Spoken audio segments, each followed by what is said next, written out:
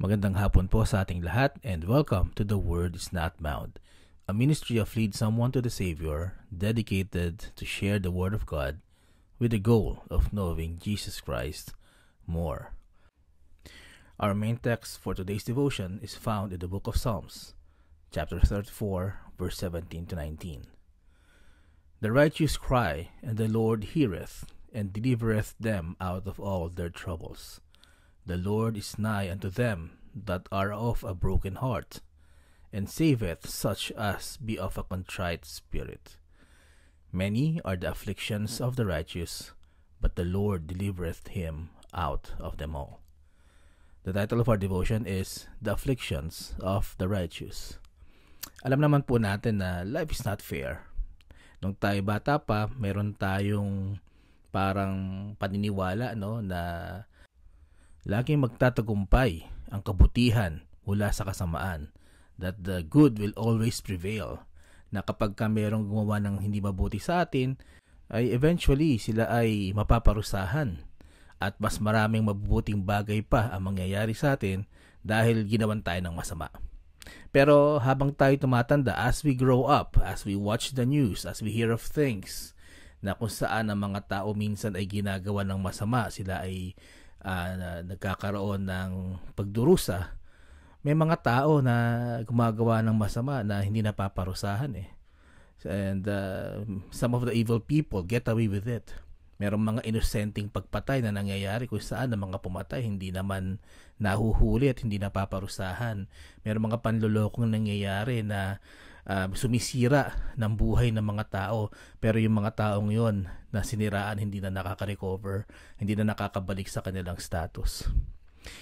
Bilang mananampalataya, bilang Kristiyano, if we start to walk in the righteousness of the Lord, almost instantly, nag-decide ka na ikaw ay susunod na sa Panginoon, na maglilingkod ka sa Panginoon, it's almost as pagkatapos mo mag-decide ng ganon, almost instantly, parang merong pagsubok na darating sa'yo. So, I remember, there's one instance wherein, we've decided to serve the Lord more faithfully. Matagal na kami ligtas noon, pero nagkaroon kami ng desire sa aming mga puso na maglingkod sa Panginoon, na gumawa ng mabuti, sumunod sa Kanya. And almost instantly, may mga pangyayari na parang sumusubok agad sa iyong desisyon na yon, na ng mga panahon yun, nagkakaroon ng unexpected expenses. Nasisiraan kami ng sasakyan, kailangan ipagawa, nagkakaroon kami ng mga sakit, unexpected bills and expenses, kung saan ito ay parang naging sunod-sunod na. Parang bagang ang mundo, sinasabi sa mga Kristiyano na okay, nag-decide ka na maglingkod sa Panginoon, na parang bang pinipigilan nila tayo, na maglingkod at sumunod sa ating Panginoon. Parang nagsisend sila ng message sa atin na something bad might happen if we continue to follow Christ. Para bagang, kita mo, nung hindi ka mainit sa Panginoon, okay, maraming nangyayari mabuti sa'yo. Ngayon maglilingkod ka, ito yung mga nangyayaring masasama. And you know what? Personally, this is how I know that I am doing the right thing, that I am on the right path. Sabi po sa 1 Peter chapter 5, verse 8 to 9, be sober, be vigilant, because your adversary the devil, as a roaring lion, walketh about, seeking whom he may devour, whom resist steadfast in the faith, knowing that the same afflictions are accomplished in your brethren that are in the world. Ito yung warning from Apostle Peter sa mga kapatiran. Sinasabi niya dito na ang diablo ay naghihintay, tumitingin, naghahanap na kung sino ang kanyang masisilo. And I believe that he is looking not for the lukewarm Christians, but for those Christians that has decided to really follow Jesus and His commands. Tingnan po natin si Job. Siya ay gumagawa ng tama sa paningin ng Panginoon. Anong ginawa ng diablo? He afflicted him. In one day, nawala ang kanyang kayamanan, namatay ang lahat ng kanyang mga anak, at nagkaroon siya ng mga health issues. Hindi lang po yung simpleng health issues, pero buong katawan niya was afflicted by sickness. At wala man siyang ginagawang masama. In fact, he was very careful na ang kanyang mga kasalanan, kung meron mang hindi sinasadya, kahit yung mga kasalanan ng kanyang mga anak, nag-atone siya agad. Kasi sinasabi niya baka sa kanilang kasiyahan, hindi nila sinasadya na sila pala ay nagkakasala na. And yet, he was afflicted. Mababasa niyo po yan sa Book of Job, chapter 1.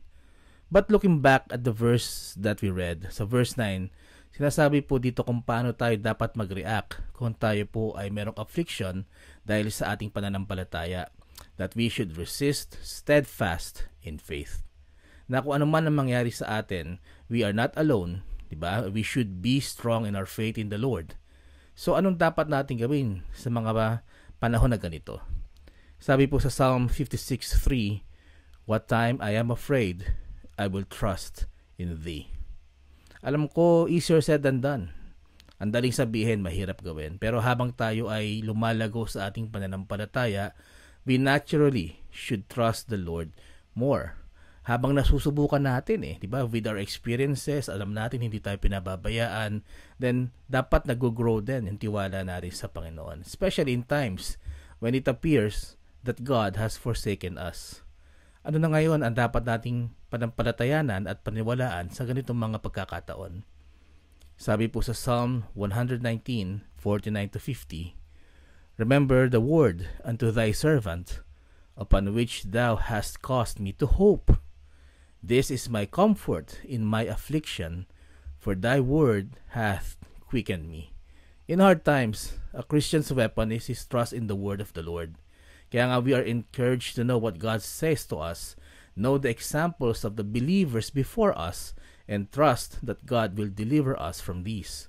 The same way na siya po ay nangako at tinupad niya ang kanyang mga pangako at kanyang mga salita sa mga dating propeta, sa mga dating mananampalataya na nag-suffered in affliction in the past. So let us continue reading what the Apostle Peter is saying in 1 Peter chapter 5. Sabi po sa verse 10, "But the God of all grace, who hath called us unto his eternal glory by Christ Jesus, after that ye have suffered a while, make you perfect, establish, strengthen, settle you." See, once we trusted the Lord Jesus Christ as our Savior, we are called to glorify God. At mabibigyan po natin siya ng kaluwalhatian, maipapakita natin ang pagmamahal natin sa Kanya sa pagsunod sa Kanya, sa Kanyang mga inuutos. And by following Him and wanting to give God glory, the devil will do things that will discourage us to continue and go on. Pero sabi po ng Apostle Peter na after we have suffered a while, God will make us perfect. Ibig sabihin, complete. Siya po ay magpapasakdal sa atin, magpapalakas sa atin, at magbibigay ng kapanatagan. These are the words of the scripture that we need to hold on to when we suffer because of Christ. So mga kapatid, as true saved Christians, siguro hindi ngayon, but I know that your heart yearns to be closer to Christ and to follow Him. That is the natural flow. Now, once we believe and trust the Lord Jesus Christ as our Lord and Savior, ang puso natin will yearn to follow Him, will yearn more, to know about Him. There will come a time wherein we will really desire to serve the Lord. And when that time comes, the devil, even the world, will try to stop you by giving you afflictions. Sana hindi tayo panghinaan. Sana hindi tayo mawalan ng loob. But if you know that you are suffering because you are trying to follow Christ, be motivated, kasi ibig sabihin na to, you are in the right track. It is hard, and we need to endure it. Dapat ma-inspire po tayo by those Christians who has gone before us and obeyed and served the Lord until the end, no matter what. Sabi po sa Hebrews 12, verse 1-2, "Wherefore, seeing we also are compassed about with so great a cloud of witnesses, let us lay aside every weight, and the sin which doth so easily beset us, and let us run with patience the race that is set before us. Looking unto Jesus, the author and finisher of our faith, who for the joy that was set before him endured the cross, despising the shame, and is set down at the right hand of the throne of God." Mga kapatid, our strength comes from Jesus. Focus on His Word. Focus on His example. Tumingin lang po tayo sa Panginoon. the author and finisher of our faith. So let me leave you with these verses to encourage you to walk and remain in the path of God's righteousness. Sabi po sa Book of Psalms, chapter 56, verse 11 to 13, "In God have I put my trust. I will not be afraid what man can do unto me. Thy vows are upon me, O God. I will render praises unto thee. For thou hast delivered my soul from death. Wilt not thou deliver my feet from falling, that I may walk before God in the light of the living?" Napakagandang verse po at maging inspiration po sa atin every time that we suffer affliction. Tandaan po natin na tayo dapat magtiwala sa Panginoon, at kung kaya niyang i-deliver ang ating mga kaluluwa from hell, kaya rin po niya kung kanyang loloobin na tayo po ay alisin sa ating paghihirap dito sa mundo. Let us go into prayer. Panginoon, maraming salamat po sa inyong salita. Magsilbing kalakasan ang aking loob, magsilbing paalala po sa akin na ang mga Kristiyano hindi naman po exempted sa paghihirap sa mundo.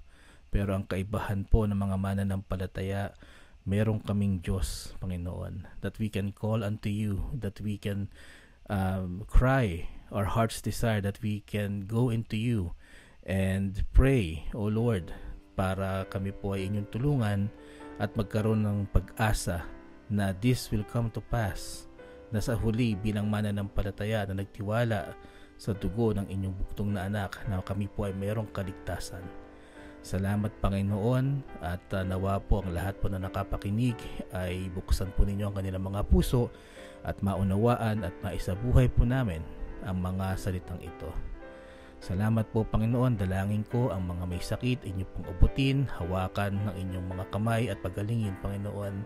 Dalangin ko, Panginoon, ang may mga dinadala, may mga dinaramdam at mayroong mga pinagdadaanan, Panginoon. Kayo po ang tumulong sa kanila upang maialis sila sa ganitong sitwasyon.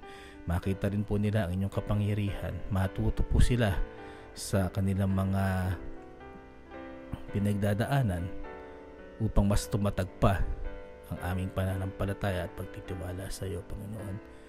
Dalangin ko, Panginoon, ang may mga prayer request, ang kanilang mga heart's desires, Panginoon. Kayo po ang tumingin sa kanilang mga kahilingan at ipagkaloob niyo po ito ayon sa inyong kalooban. Nawa, Panginoon, ang ministry ito ay umabot pa sa marami at magamit po para maipahayag ang katotohanan, ang kapag-akay ng mga kaluluwa kay Kristo at makilala po ng mundo kung sino ang Panginoong Hesukristo. Maraming salamat po, Panginoon. Ito ang aking samot dalangin sa pangalan po ni Jesus. Amen at amen. Nawa po ang ating short devotion ay naging pagpapala sa ating lahat. Magandang hapon po and God bless you.